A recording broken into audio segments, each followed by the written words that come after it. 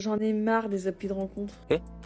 Je comprends pas. Moi, dans ma jeunesse, il existait encore des hommes entre deux. Je m'explique. Là, j'ai l'impression de passer d'un extrême à un autre. C'est soit les hommes sont beaux, mais savent qu'ils sont beaux, et du coup, ça se voit qu'ils savent qu'ils sont beaux.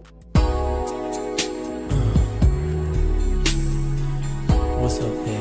À travers leurs photos, à travers leurs selfies miroirs, à travers la manière dont ils transpirent le fait qu'ils savent qu'ils sont beaux. Et moi, ça, j'aime pas ça. Ou soit, malheureusement, ils sont pas jojo. Enfin bon, voilà, c'est pas des gravures, quoi. Et pourtant, ils essayent de se mettre au max et tout, machin.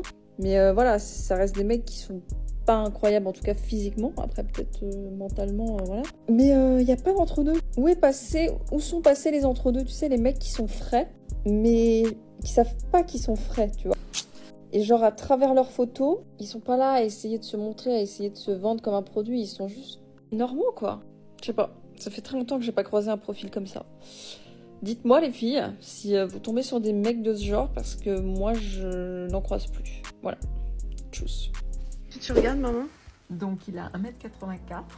Il est doctorant parce que j'aime bien les... Étonnant, non? Un peu. Et puis, j'ai des enfants, donc il est normal. Et j'en veux pas d'autres. Très bien, ça me va. Voilà, c'est tout. Je regarde Bon, que ça. est-ce qu'il est radin?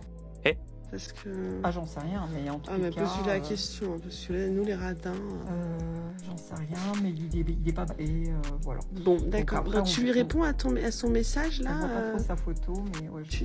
Non, je peux pas faire compète, hein, parce que là, franchement, 3 pages. Hein. Vous savez les filles, j'ai compris un truc avec les hommes. T'as rien compris. Les hommes, c'est comme les cafards. À chaque fois qu'une femme trouve une solution, on se réinvente. C'est comme ça, c'est la loi de la nature. Les cafards, dès que tu trouves un insecticide, il prévient son ami. Il y en a un qui menguait, tous les autres ils sont immunisés. Donc vous avez rien compris, hein. Moi, dans mes TikTok, je ne me mettrai jamais à la place d'une femme. Parce que je ne peux pas penser comme une femme. Et dans tous les cas, on va toujours dire que j'ai tort. Mais j'entends un nombre de femmes incalculables qui ont compris les hommes. Ah! Et quand tu analyses, elles se font enculer tous les jours. Aïe, aïe, aïe, aïe, aïe, aïe, aïe. Tout le monde a compris les hommes. Hein. Mais chaque jour que Dieu fait, elles se font avoir lamentablement. Arrêtez de dire que vous avez compris les hommes. Non, moi les filles, j'ai décodé, j'ai compris que, j'ai ci, j'ai ça. Vous avez rien compris. Non. Tout ça, bien évidemment, je le dis dans le respect. Je ne manquerai jamais de respect à une femme. Mais moi, je fais l'effort continuellement de jamais me mettre à la place d'une femme. C'est pour ça que j'ai jamais fait la femme de 30 ans. Parce qu'au final, qu'est-ce qu'une femme de 30 ans? Si ce n'est ce qu'on me colporte, si ce n'est qu'on me raconte. Mais au final, rien de mieux qu'une femme qui peut expliquer ce qu'est une femme de 30 ans. Moi, mes gars, ils sont là, ils sont dans la piraterie, ils font leurs choses. Maintenant, quand j'entends certains comportements et tout, je peux venir dire, ouais, les femmes de 30 ans, voilà comment elles sont, ou voilà les petites minettes, comment elles sont, etc., etc. Moi aussi, de par mon expérience, voilà, j'ai pu côtoyer un certain nombre de femmes.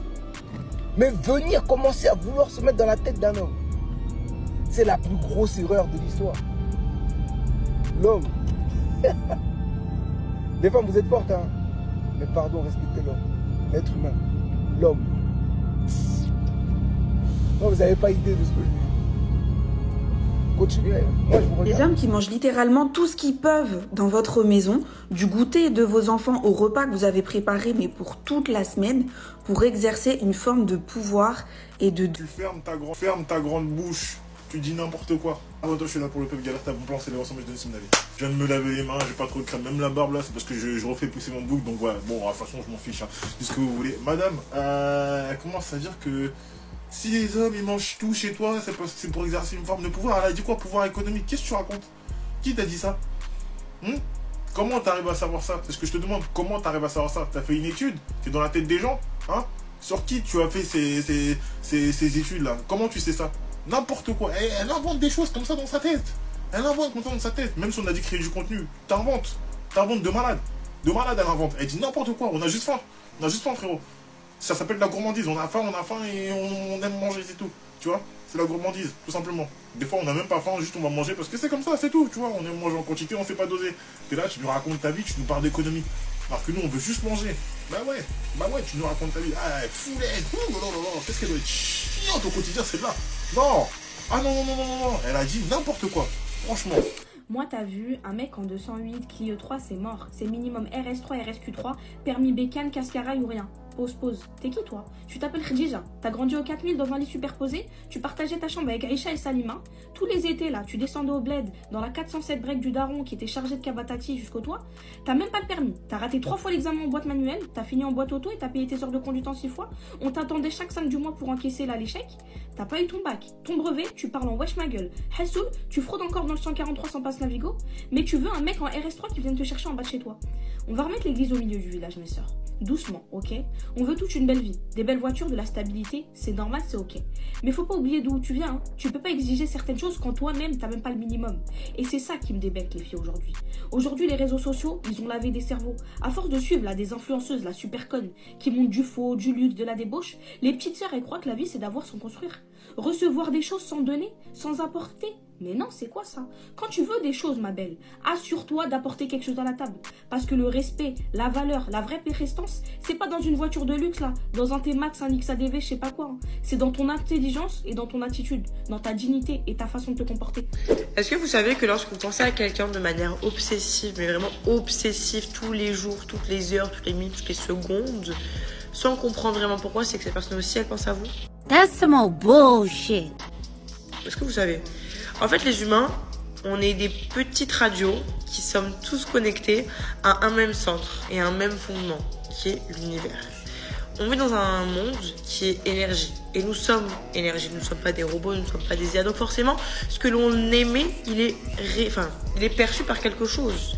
On est émetteur et récepteur également, en fait, de par nos facultés cognitives et par notre énergie, en fait, ce qui nous englobe. Donc notre aura, notre âme, tout ça. Et bah forcément, du coup, quand vous pensez à quelqu'un de manière obsessive, vous envoyez une fréquence dans l'univers. Cette fréquence-là, forcément, elle va pas nulle part. Hein, elle va forcément quelque part. Et elle va à la fréquence à laquelle vous avez envoyé. Vous envoyez un truc à la fréquence 2D, c'est la 2D qui va la recevoir. Donc si cette personne-là, elle est alignée à vous, du coup, vous vous alignez à sa fréquence, à force de penser à cette personne-là, en fait, vous commencez à vous brancher, en fait. Vous mettez en Bluetooth, vous m'avez capté? Vous êtes en Bluetooth. Donc forcément, elle va avoir un moment donné ou un autre, à force de vraiment répéter, envoyer des signaux, à un moment donné, ça va se mettre à jour, ça va se balancer. En fait, non. Et vous allez être récepteur et émetteur l'un de l'autre. Donc quand vous allez penser à cette personne-là, il va penser à vous et inversement. Mais ça pour toute chose. Donc c'est sentimentalement parlant aussi, mais aussi pour l'argent. Est-ce que vous voulez vous expliquer dans une deuxième vidéo pour l'argent? Est-ce que tu savais que ton corps changeait quand tu devenais papa? Là, je te parle pas des cernes sous les yeux, de la tête de mort et d'être constamment fatigué. On parle de vrais changements physiologiques. Ouais, il n'y a pas que le corps de la mère qui change à l'arrivée de bébé. Il y a énormément de changements physiologiques qui vont s'opérer au sein de ton corps, mais je vais t'en donner 3 principaux. Alors tu likes, t'enregistres et tu partages cette vidéo à un futur papa. En 1, la chute de la testostérone. Et oui, chez énormément d'hommes, cette hormone baisse pas pour les rendre plus faibles, mais pour les rendre plus présents. Cette baisse va réduire l'agressivité due à un taux de testostérone assez élevé, va limiter les comportements à risque et va faire en sorte que l'homme sera beaucoup plus disponible émotionnellement. En 2, une autre hormone est en cause, l'oxytocine. Et oui, il n'y a pas que la maman qui sécrète de l'oxytocine, le papa aussi. Quand tu portes ton enfant, quand tu es proche de lui, quand tu t'en occupes, tu vas augmenter le taux de cette hormone qui va développer l'attachement, la protection et le lien profond que tu vas avoir avec ton enfant. En 3, ton cerveau aussi va changer. En gros, les zones qui sont liées à l'anticipation, à la vigilance, à l'empathie, vont se développer. On devient plus alerte, plus sensible et beaucoup plus responsable, même si on dort moins. Donc en gros, quand tu deviens papa, c'est pas juste une nouvelle responsabilité, c'est ton corps entier qui va changer. Physiologiquement, à l'intérieur, tu deviens quelqu'un d'autre. J'espère qu'avec cette vidéo, je t'aurai aidé à comprendre certaines choses sur ton corps et sur comment tu changes un petit peu émotionnellement. Les parents, je vous attends dans les commentaires et surtout, n'oubliez pas de vous abonner. Une question pour les filles très sérieuses. Comment vous arrivez à vivre pendant la période d'ovulation? Vraiment, juste réfléchir. Je vous jure que je ne pense qu'à ça, c'est incontrôlable. Matin, midi, soir. Je n'en peux plus. J'arrive pas à me concentrer. Je peux rien faire. Je pense qu'à ça, ça grésille dans ma tête comme ça. Ça grésille. Je n'en peux plus. N'importe quelle personne du genre opposé, j'ai envie de l'attraper. Je peux pas. Je comprends pas. Le pire, c'est que quand j'étais plus jeune, c'était pas aussi intense. Je comprends pas ce qui s'est passé depuis. Je me dis... Ah, il faudrait qu'on fasse les papiers de la banque ce soir. Dég. Ah, je dois faire le repas de ce soir. Dég. Ah, je dois prendre la voiture là pour aller en bas. Dég. Des images qui me viennent, des flashbacks, des flashs avant. Je me suis transformée. Qu'est-ce qui s'est passé? J'ai fait une transformation de Boostiflore. Je sais pas, j'ai besoin d'aspirer toutes les tops qui passent par le coin ou quoi? Je comprends pas. Et je vous jure, I wanna be a good girl. I swear to God. Je veux pas avoir de rapport avec personne. Vraiment, et ça fait longtemps d'ailleurs. Mais je peux pas m'en empêcher. Bon, après c'est pas grave, hein, c'est la nature humaine, j'ai envie de vous dire. Donc ça reste dans ma pensée, mais bon, vous faites un petit peu partie de la pensée. Donc dites la personne s'il vous plaît, parce que c'est un peu la honte. Il y a des mecs qui vont marier des tanas. Il y a des mecs qui sont bien dans la religion, mais ils vont marier des tanas qui sont kilométrés de fous. Le frérot, il s'est préservé toute sa vie. Il allait tous les vendredis à la mosquée, avec les mecs de sa cité. Il fréquentait aucune fille, mais malheureusement, il va rencontrer une tana qui va pas lui dire son passé. Pendant lui était dans la religion, elle faisait des ballons dans une voiture. Elle se faisait date au tasti-crousti par d'autres mecs qui bien méchants. Elle passait sa vie en boîte de nuit, et elle a Doro avec plein de mecs de son quartier. Dans sa cité, tout le monde la connaît. Elle a parlé à plein de mecs. Elle était souvent à l'hôtel le soir pendant que son futur mari priait. Malheureusement, c'est le cas de beaucoup d'entre nous qui vont marier des tanas. On va tous marier des tanas. Des meufs qui ont eu plein de mecs avant nous. La génération de nos darons était la dernière bonne génération qui n'était pas impliquée dans des trucs de fous. Eh les gars, je vais te dire une dinguerie. Est-ce que vous savez que pour séduire une femme, il faut simplement lui donner beaucoup d'amour et d'affection? Eh les gars, là, vous allez me prendre pour un fou. J'aurais jamais cru un jour de ma vie que j'allais dire ça face caméra. Mais en fait, le truc, c'est que quoi? Ce que j'ai remarqué, c'est qu'en réalité, les filles, elles courent pas après l'inaccessible. Elles courent pas après quelqu'un qui lui fait du mal. Elle court après quelqu'un qui la voit pour qui elle est réellement. Je vais t'expliquer ça veut dire quoi la voir pour qui elle est réellement. En fait, la voir pour qui elle est réellement, c'est l'accepter telle qu'elle est, ne pas essayer de la changer et lui donner de l'attention sincère. La traiter pour l'humain qu'elle est. Que ce soit une mauvaise fille comme une bonne fille, pour la traiter comme l'humain qu'elle est. On va aller encore en profondeur des choses les gars pour que vous me captez. Je vais vous faire une mise en situation. Les gars, je sais pas si vous savez que si le diable c'était une personne, c'était un homme normal, et bah toutes les femmes lui courraient après. Il y a une phrase que dans Lucifer il dit souvent, c'est qu'est-ce que tu désires? C'est la question que le diable te pose, qu'est-ce que tu désires? Et lui il veut pas savoir ce que tu veux en surface et tout, il veut ce que tu désires profondément à l'intérieur de ta personne. Ça veut dire qu'il accueille ce que tu veux être au fond de ta personne. Il essaie pas de te changer, il essaie pas de te modifier, il essaie pas de te transformer. Il t'aime pour ce que t'es. Ça veut pas dire que Dieu t'aime pas les gars, mais le diable aussi il nous aime, c'est ça qu'on oublie aussi. De ce fait, c'est ça, témoigner de l'amour de la personne. Et le pire, c'est qu'il le fait sans attendre. Et c'est ça, donner de l'amour sans attendre qu'on vous en donne. La plupart du temps, ce que les mecs gentils ils font entre guillemets, et pourquoi ils s'étonnent que ça marche pas, c'est que lorsqu'ils parlent avec une femme, ils soit lui témoignent du manque, lui témoignent que lui, il manque de quelque chose dans sa vie et qu'il a besoin que cette fille vienne le sauver de son manque. Grosso modo, il lui témoigne de la médiocrité, ou soit il lui donne cette gentillesse dans l'espoir que cette fille du jour au lendemain va lui ouvrir son cœur. Et c'est là qu'il fait totalement... Après, ça va dire que ouais, les gars, j'ai été dans ce cas-là aussi. Tu vas dire toutes les meufs, c'est des tantes, ça et tout. Alors que non. Qu'est-ce que tu lui as donné? Et le truc, c'est ce qui frappe vraiment quelqu'un, c'est quand tu la vois pour qui elle est vraiment. Pas pour ce que tu voudrais qu'elle soit, pas parce que tu espères qu'elle soit, pas parce que tes espoirs espèrent que cette personne-là, tu la vois pour qui elle est. C'est-à-dire que si c'est une mauvaise fille, tu la considères comme cette mauvaise fille qu'elle est. Ça veut dire que tu n'essayes pas de la changer. C'est une fille qui va en boîte, entre guillemets, je dis mon fils, fille. Elle aime aller en boîte, elle aime faire ça, elle aime faire tout ça et tout. Tu l'apprécies comme elle est. Tu la traites telle qu'elle est. En mode, tu l'apprécies comme ça. Si c'est une meuf qui n'aime pas faire ça, qui n'aime pas d'autres trucs comme ça, tu l'apprécies aussi comme ça. Et tu la valorises comme l'humain spécial qu'elle est. Tu la fais se sentir spéciale de par cette manière d'agir. Un simple salut, ça va, tu te sens bien? Un simple bon, appelle-moi si tu as besoin. Sans être là, sans plus, sans vouloir essayer de rester autour d'elle, sans essayer de la coller, de rester près d'elle. Simplement être là au moment où tu as envie de lui témoigner de l'amour. Et puis tu disparais. Authenticité, profondeur, lâcher prise. Le secret, il est là. Et c'est là que j'ai compris la phrase qui dit qu'il y a plus d'amour à donner qu'à recevoir. L'amour donné, tu le recevras toujours. L'amour, je dis bien, pas le manque, pas le désespoir, pas la dette émotionnelle, les gars. L'amour, le don, sans attente. L'amour, c'est toi, c'est pas quelqu'un d'autre. L'amour, c'est toi, man. Donc si tu vas pas commencer à cette genre, man, témoigne de l'amour. Ah, les gars, je suis choqué. Je suis choqué de ce que je viens de dire. Je suis choqué de ce que je viens de dire, les mecs.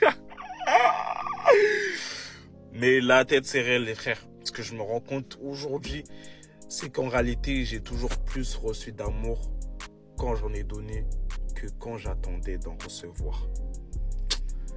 Bref, les gars, c'était le petit message que je voulais vous faire passer aujourd'hui. Mais je crois que je vais même en faire une partie 2. Bon, les gars, je vais sur cette barre. Tranquille. Bien. Tu veux que je te dépose où? Hein? Tu veux que je te dépose où? Je vais en date avec la go de la dernière fois là, que je t'avais montré. Ouais, Quoi? pourquoi faire? Tu vas bien rester dans la voiture. Hein. Comment ça, je dois rester dans la voiture? Je te dépose nulle part. Comment ça, tu me déposes nulle part? Je te dépose nulle part, frère. Tu vas aller nulle part. Tu restes avec moi. De rien du tout. Pourquoi? Non. Je suis pas le droit de... En mode, c'est moi, je vais te déposer à ton date. Pas du tout. Mais t'es ma pote, donc il est où le problème? Je m'en fous, pas tout pas, moi. Tu crois que t'es qui, Tu toi? vas faire un date avec moi? Je commence avec toi, ça veut dire quoi ça? T'as un truc à me dire? Bah alors? T'as un truc à m'avouer? Non, y'a rien, juste tu vas pas aller en date. Et puis, d'où c'est moi, je vais te déposer? Bah parce que t'as la voiture. Et parce que normalement tu veux mon bonheur. Ton bonheur, c'est avec moi. Et toi t'as un souci avec ça, toi. Ton bonheur, c'est avec moi, arrêtez, c'est avec moi. Et tu crois qu'on... La ça brune, là, est... que tu m'avais dit? Oui. Pas du tout. Tu veux que je fasse brune, moi aussi? Tu veux faire brune pour faire quoi? Ouais, t'aimes bien les brunes. T'as un truc à me dire? Non, ouais. T'es sûr? Oui. T'as un truc à avouer, c'est maintenant, parce que je vois depuis là, tu me fais tes phases cheloues là. Il n'y a pas de phase. Tu te débrouilles. Si tu veux y aller, tu te débrouilles. Et même, tu crois quoi, j'ai ta loc? Je vais te suivre. Pourquoi tu veux que je mette ma loque d'ailleurs? Parce que, frère, au moins je vois ce que tu fais. T'as les locks de tes potes, toi. Ouais. Ouais, de mes potes. C'est bizarre ton ouais, hein. Ouais, de mes potes. Y'a quoi? T'es vraiment chelou, toi. Tu vas rester ici, tu vas aller nulle part, pas en date, je sais pas quoi là. Toi, tu prends quoi? Il y en a, ils ont de la chance, je les envie. Ils font le métier de leurs rêves. Ils sont riches, ils sont beaux. Ils ont la femme de leurs rêves. Ils sont aimés, désirés. Ils sont épanouis professionnellement et dans leur vie privée. Alors que moi, à côté, j'ai une vie de merde. Je ne suis pas épanoui professionnellement. Le métier de mes rêves, il paraît inaccessible. Jamais j'ai l'impression que je pourrais faire ce métier, mais bon. Bref. Et je suis pas épanoui dans ma vie privée parce que dans ce monde, pour les femmes, je suis invisible, transparent, comme d'habitude. Voilà. Je sais pas. Je vois un Cristiano Ronaldo, il est beau, il est riche, il est célèbre, il a une femme de rêve, voilà, il a pas à se plaindre. Alors que à côté, moi je suis moche, je suis pauvre, je suis pas épanoui dans ma vie professionnelle, je suis pas épanoui dans ma vie privée, parce que les femmes, dans ce monde, je n'existe pas, je suis transparent. Aucune femme me trouve beau dans ce monde. Résultat, je suis bon à me faire recaler jusqu'à la fin de mes jours. Et c'est pas un métier de merde qui va m'épanouir. Moi j'ai un métier de mes rêves, c'est ce métier-là que j'ai envie de faire, mais bon. J'ai l'impression qu'il paraît inaccessible ce métier, donc au final. Je suis pas heureux, franchement, c'est un miracle que je sois encore en vie en 2025. Avec l'adolescence que j'ai eue, où j'ai été recalé toute mon adolescence par les filles, C'est un miracle que je suis encore en vie en 2025. Hein. Et je dois encore subir les rejets des femmes comme d'habitude. Et ça va être ça jusqu'à la fin de mes jours. C'est couru d'avance. Qu'à 80 ans, je vais être recalé comme d'habitude. Et mes projets d'être épanoui professionnellement, d'avoir une femme et des enfants, je peux toujours rêver dans ce monde où je suis toujours rejeté. Hein.